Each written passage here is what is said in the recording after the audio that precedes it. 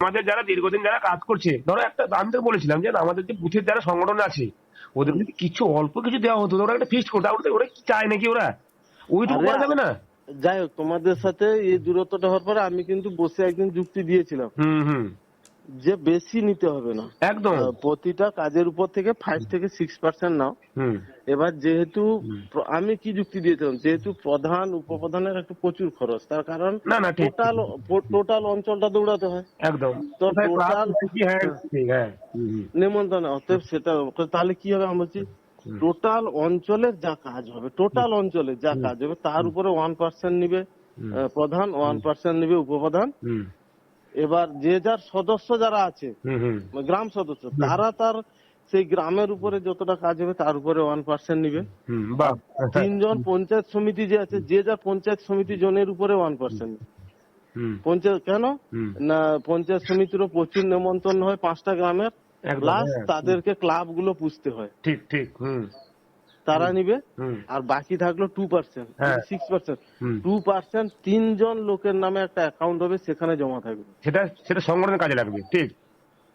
বাহ বাহ বাহ বাহ, কাটমানির বেশ ভালোই হিসেব নিকেশ হয়ে যাচ্ছে কিন্তু ফোনে ফোনে। বেশি না, প্রতি কাজে 5%। কাঁথির বিজেপি নেতাদের কাটমানি নেওয়া সংক্রান্ত এই অডিও ভাইরাল হয়েছে সোশ্যাল মিডিয়ায়। তৃণমূল নেতা দেবাংশু ভট্টাচার্য তার সোশ্যাল মিডিয়া অ্যাকাউন্টে এই ভাইরাল অডিওটি শেয়ার করে দিয়েছেন। তিনি লিখেছেন, বিজেপির কমিশন রাজের রেট চার্টটি এখানে দেওয়া হলো।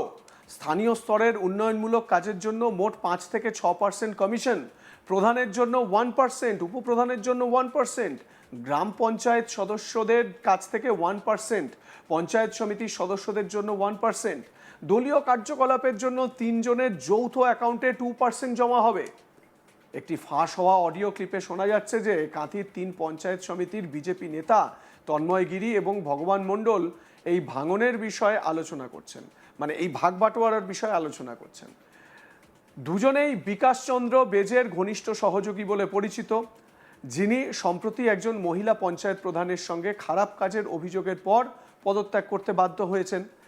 এটি প্রধানমন্ত্রী নরেন্দ্র মোদীর না খাউঙ্গা না খানে দুঙ্গা মডেল, মানে কটাক্ষের সুরে বলছেন দেবাংশু। শুনে নেব সেই ভাইরাল অডিওটি আরও একবার। আমাদের যারা দীর্ঘদিন যারা কাজ করছে, ধরো একটা আমি তো বলেছিলাম যে আমাদের যে বুথের যারা সংগঠন আছে ওদের যদি কিছু অল্প কিছু দেওয়া হতো, ওরা একটা ফিক্সড করতো, ওরা কি চায় নাকি ওরা ওইটুকু আরে করা যাবে না?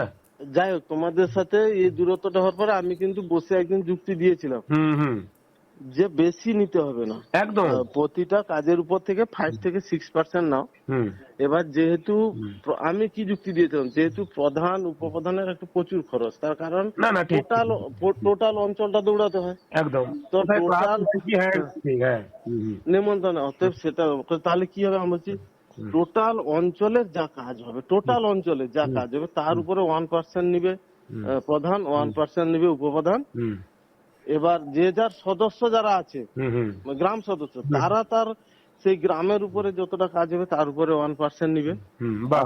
3 জন পঞ্চায়েত সমিতি যে আছে, যে যার পঞ্চায়েত সমিতি জনের উপরে 1%। হুম পঞ্চায়েত কেন হুম, না, পঞ্চায়েত সমিতিরও প্রচুর নেমন্তন্ন হয় 5টা গ্রামের, একদম, প্লাস হ্যাঁ। তাদেরকে ক্লাব গুলো পুষতে হয়, ঠিক ঠিক। হুম তারা নিবে। হুম, আর বাকি থাকলো 2%, হ্যাঁ। 6%। হুম, 2% 3 জন লোকের নামে একটা অ্যাকাউন্ট হবে, সেখানে জমা থাকবে। সেটা সেটা সংগঠনের কাজে লাগবে, ঠিক। পশ্চিমবঙ্গের পূর্ব মেদিনীপুর জেলার কাঁথি মহকুমা, যা রাজনৈতিকভাবে অত্যন্ত স্পর্শকাতর ও প্রতিদ্বন্দ্বিতাপূর্ণ অঞ্চল হিসেবে পরিচিত, সেখানকার বিজেপি নেতাদের কথিত কাটমানি সংক্রান্ত একটি অডিও ক্লিপ সম্প্রতি সোশ্যাল মিডিয়ায় ভাইরাল হয়েছে। অডিওটিকে ঘিরে শুরু হয়েছে তীব্র রাজনৈতিক তরজা। অভিযোগ, উন্নয়নমূলক কাজের বরাদ্দ অর্থ থেকে নির্দিষ্ট শতাংশ হারে কমিশন নেওয়ার রেট চার্ট নিয়ে আলোচনা করেছেন স্থানীয় বিজেপি নেতারা। এই অডিও প্রকাশ্যে এনেছেন তৃণমূল কংগ্রেসের নেতা দেবাংশু ভট্টাচার্য। তিনি আইটি সেলেরও দেখভাল করছেন। তার সোশ্যাল মিডিয়া অ্যাকাউন্টে দাবি করেছেন এটি বিজেপির কমিশন রাজের প্রমাণ। অডিওতে শোনা যাচ্ছে বলে দাবি করা হচ্ছে বেশি না, প্রতি কাজে 5%, এমন একটি মন্তব্য। এই অভিযোগ সামনে আসতেই রাজনৈতিক মহলে প্রশ্ন উঠেছে, কাটমানি কি কেবল একটি দলের বিরুদ্ধে ব্যবহৃত রাজনৈতিক অস্ত্র, নাকি এটি গ্রামীণ প্রশাসনের কাঠামোগত সমস্যার প্রতিফলন? দেবাংশু ভট্টাচার্য রেড চার্ট প্রকাশ করেছেন, তাতে দাবি করা হয়েছে স্থানীয় স্তরের উন্নয়নমূলক কাজের জন্য মোট 5 থেকে 6% কমিশন ধার্য করা হয়েছে, ভাগের হিসাবও দেওয়া হয়েছে। প্রধানের জন্য 1%, উপপ্রধানের জন্য 1%, গ্রাম পঞ্চায়েত সদস্যদের কাছ থেকে 1%, পঞ্চায়েত সমিতির সদস্যদের জন্য 1%, দলীয় কার্যকলাপের জন্য 3 জনের যৌথ অ্যাকাউন্টে 2%। অডিও ক্লিপে কাঁথি 3 পঞ্চায়েত সমিতির বিজেপি নেতা তন্ময় গিরি ও ভগবান মণ্ডলের কথোপকথন রয়েছে বলে দাবি করা হচ্ছে। তারা বিকাশচন্দ্র বেজের ঘনিষ্ঠ সহযোগী বলে পরিচিত। বিকাশচন্দ্র বেজ সম্প্রতি এক মহিলা পঞ্চায়েত প্রধানের সঙ্গে অসদাচরণের অভিযোগের পর পদত্যাগ করতে বাধ্য হন। এই প্রেক্ষাপটও আলোচনায় উঠে এসেছে। তবে অডিওটির সত্যতা, সম্পাদনা বা প্রেক্ষাপট এসব বিষয় নিয়ে এখনো আনুষ্ঠানিক তদন্তের ফল প্রকাশিত হয়নি। আমরাও এই অডিওটি সত্যতা যাচাই করিনি। কাটমানি শব্দটি পশ্চিমবঙ্গের রাজনীতিতে নতুন নয়। গত 1 দশকে এটি জনপরিসরে বহুল ব্যবহৃত একটি রাজনৈতিক অভিধান হয়ে উঠেছে।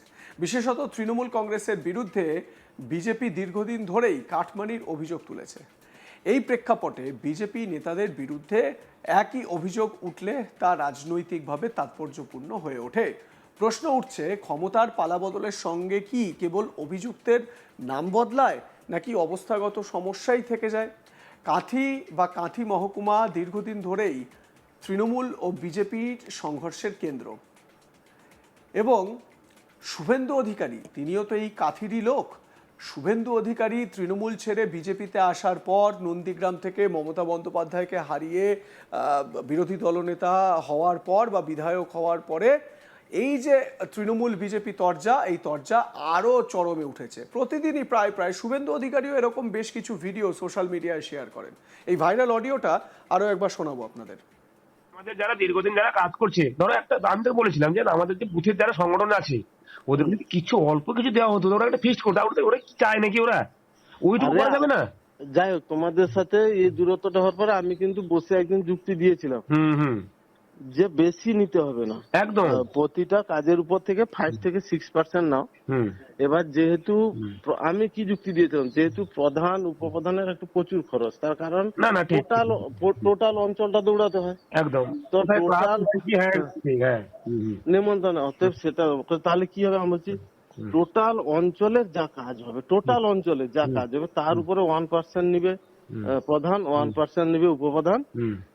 এবার যে যার সদস্য যারা আছে গ্রাম সদস্য, তারা তার সেই গ্রামের উপরে যতটা কাজ হবে তার উপরে 1% নিবে। 3 জন পঞ্চায়েত সমিতি যে আছে, যে যার পঞ্চায়েত সমিতি জনের উপরে 1% নিবে।